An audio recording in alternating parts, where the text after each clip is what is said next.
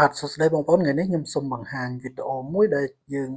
លាក់រូបភាពដែលបងប្អូនគិតថារូបភាពអឺសម្ងាត់របស់បងប្អូនណាអញ្ចឹងបងប្អូនអាចចូលទៅលាក់បានអញ្ចឹងគ្រាន់តែបងប្អូនចូលមកកាន់មក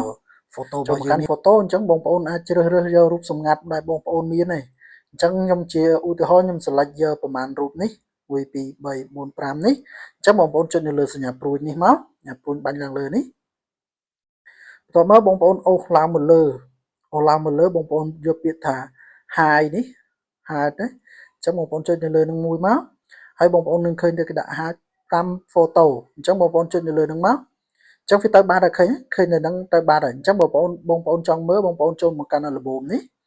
ចូលកាន់ album បងប្អូននឹងឃើញនេះ hidden អញ្ចឹងបងប្អូនចុចនៅលើនឹងមកវានឹងបង្ហាញ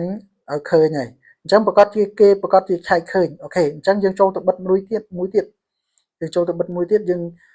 back មក home វិញយើងចូលមកកាន់ setting យើងចូលមកកាន់ setting អញ្ចឹងបងប្អូនsearch យកពាក្យថា photo ខ្ជិលអូសចុះទៅក្រោមបងប្អូន photo ហ្នឹងហើយបើអូសចុះមកក្រោមឃើញអញ្ចឹងបងប្អូនចុចលើ photo នេះមកវានឹងបង្ហាញបែបនេះអញ្ចឹងបងប្អូនចុចនេះចុចបិទកន្លែង hide that album នេះអញ្ចឹងបងប្អូនបិទកន្លែងហ្នឹងមកបងប្អូន back ទៅមើល photo វិញតើឃើញដែរអត់មើលអញ្ចឹងចូលមកកាន់ photo នេះមក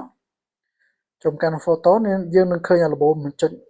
ធម្មតាចូលមកកាន់វាមិនចេះអញ្ចឹងយើងចុចនៅលើ album នេះសិនមកវាអត់ឃើញមានអាហាចហ្នឹងទេឃើញទេហាចពាក្យថាហាចphoto ហ្នឹងទេអញ្ចឹងបើសិនជាយើងចង់បើកវិញយើងចូលទៅកាន់ setting នឹងដដែលមកបើកត្រង់ hidden album នេះ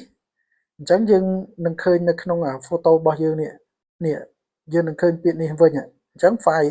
5 photo របស់យើងនៅឃើញអញ្ចឹងការលាក់របស់យើងមានបិទពីកម្រិតនេះមិនឲ្យគេឃើញបានអូខេវីដេអូខ្លីមានតែប៉ុណ្្នឹងអរគុណច្រើនកុំភ្លេចចែករំលែកម្នាក់មួយដើម្បីឲ្យបងប្អូនគាត់បានដឹងបានឃើញអូខេអរគុណច្រើន